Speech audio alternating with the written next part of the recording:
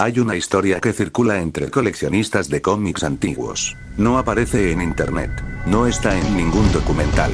Y cada vez que alguien afirma haber visto las páginas originales, termina retractándose, o simplemente deja de hablar del tema.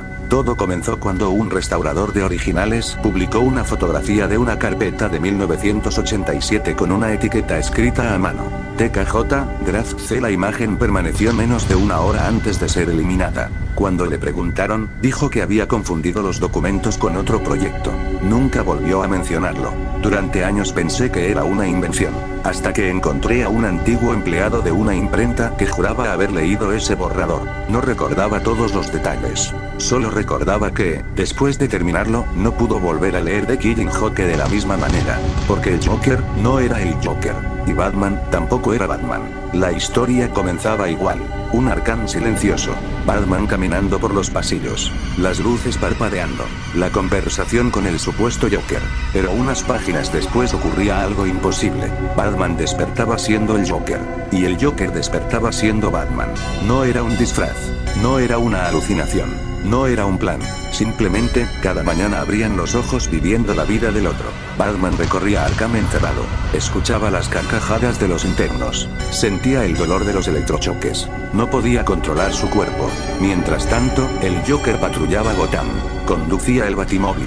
Entraba en la baticueva. Alfred lo saludaba como si nada hubiera pasado. Y ninguno podía demostrar quién era realmente. El primer intercambio duraba un solo día. Después volvían a la normalidad. Pensaban que había sido una pesadilla, pero volvía a ocurrir, y otra vez, y otra, siempre en momentos aleatorios. Poco a poco comenzaban a dejarse mensajes, primero escondidos, después escritos sobre las paredes, en cartas, en el espejo de la baticueva, en la celda de Arkham, mensajes que desaparecían cuando recuperaban sus cuerpos. Batman escribía: "No mates a nadie hoy". El Joker respondía: "No golpees tan fuerte a Harvey. Tiene migrañas". Con el paso de los capítulos ambos empezaban a conocerse mejor que nadie. Batman descubría que el Joker no reía todo el tiempo.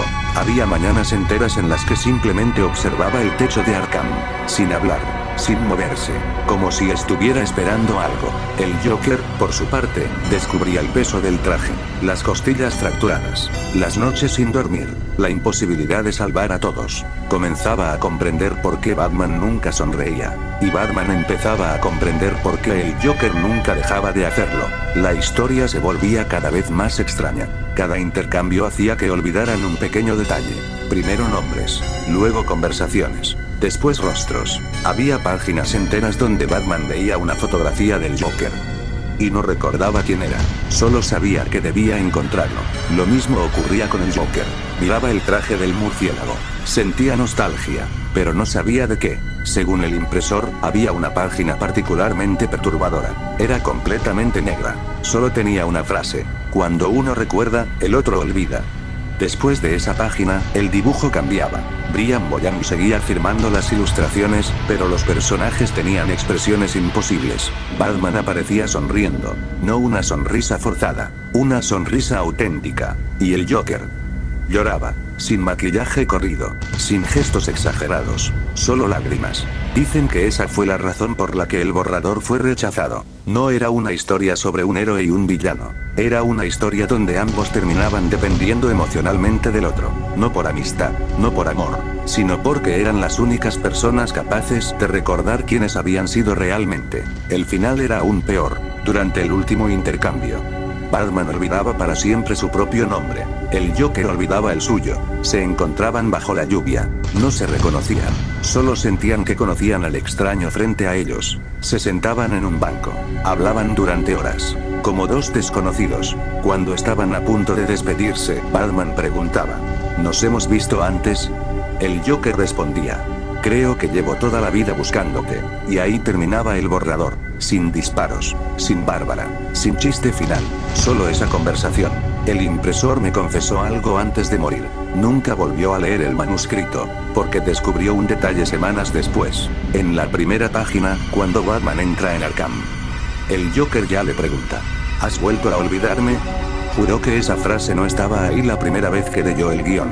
Años más tarde conseguí una fotocopia de una supuesta página. Era casi idéntica al de Killing Joke publicado. Solo cambiaba una viñeta. Batman observaba la celda. El Joker estaba sentado de espaldas. Debajo, una única línea de diálogo. Hoy te toca despertar siendo yo. La tinta era auténtica. El papel también. Los especialistas dijeron que era una falsificación perfecta. Sin embargo, ninguno quiso conservar la página. Todos la devolvieron, sin explicar por qué. Y lo más extraño ocurrió mientras escaneaba la copia. En la imagen digital apareció un bocadillo que no existía en el original. No estaba impreso, no estaba dibujado, solo aparecía en el archivo. Decía, gracias por seguir recordándonos. Nunca volví a abrir esa imagen, no porque me dé miedo verla, sino porque, desde entonces, cada vez que releo The Killing Joke, tengo la incómoda sensación de que Batman y el Joker ya se conocían demasiado bien antes de entrar en Arkham. Como si estuvieran fingiendo haber olvidado algo que el lector nunca debió descubrir.